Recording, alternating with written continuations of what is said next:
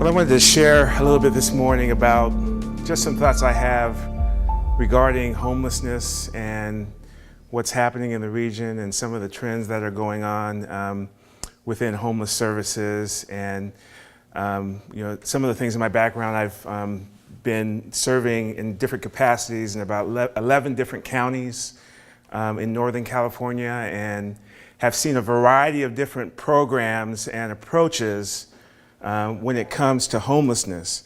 And I really want to present what I think is just a healthy overall. It's not the bottom line perspective, but it's just a healthy overall perspective when it comes to dealing with and working with the homeless population. And within that, I just really want to answer, what kind of strategies are out there? What are the different possibilities?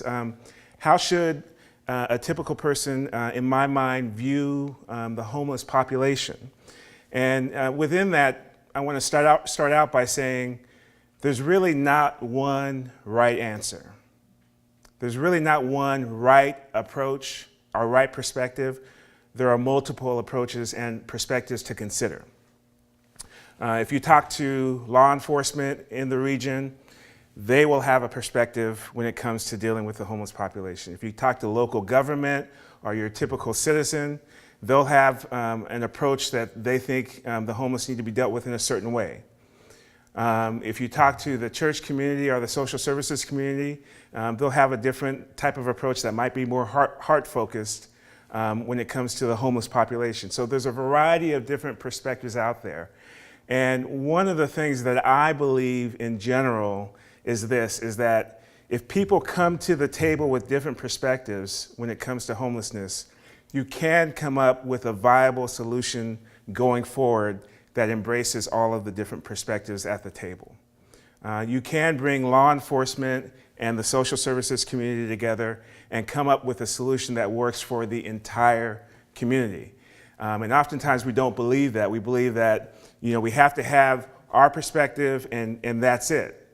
But we want to be able to embrace somebody else's approach when it comes to homelessness and understand where they're coming from, and understand that perhaps that local citizen is dealing with homelessness in a different way than that social services agency. They're seeing traffic in their neighborhood. So there's a lot of different perspectives, no one right one. And there's a lot of different trends right now going on with the homeless population. There's a movement towards rapid rehousing, where you're moving people right into housing very quickly, and housing first, where you're moving them almost directly from the street into a housing setting. And there's a lot of positives in that perspective and in that approach. And there's also some things that as time goes along, you'll have to deal with in taking that particular approach. You'll have to deal with the fact that you're putting somebody from the street right into a neighborhood. And if you are putting somebody in the street, from the street into a neighborhood, you're going to have to provide them a good amount of services for that to be successful in that type of setting. So there's a lot of different trends going on. There's a lot of different perspectives. But what I would say on a base level when it comes to homeless services and working with the homeless population, what I would say needs to take place is that wherever that homeless individual is or wherever that homeless family is, we have to love them wherever they are on a basic level.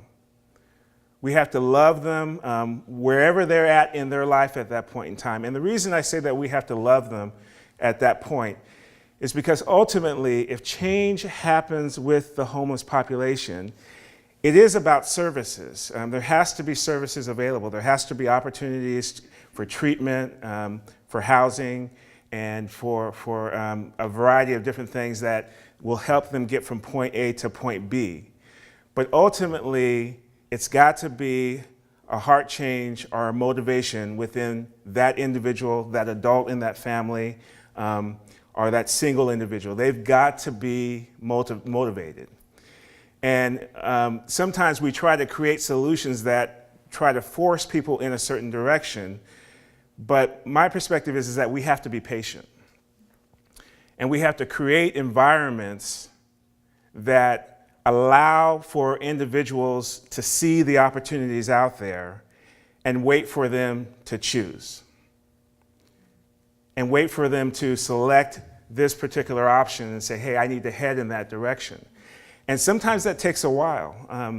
I was formerly a director of a homeless agency in Yolo County. And one of the things that we did is that we just created an environment where on a daily basis, people could just come and hang out. They can come and just be there for a while. And we would interact with them. We would try to love them as much as possible. But that was the launching point. That was the launching point for going into our transitional housing program, our permanent housing program, our treatment program. That was the starting point that they were at.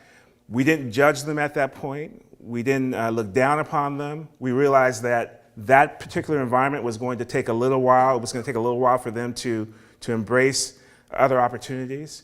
And it might be even a situation where they embrace one of our opportunities and they circle back around. But that's part of what happens with homeless services. And again, I've seen this in every jurisdiction in that way, where it takes that motivation and it takes those who are serving to have the patience to wait on that individual, to wait on that adult, even if it's a family, to say, hey, I'm going to wait for you to get to the point where God has touched your heart and you desire to move to that next step.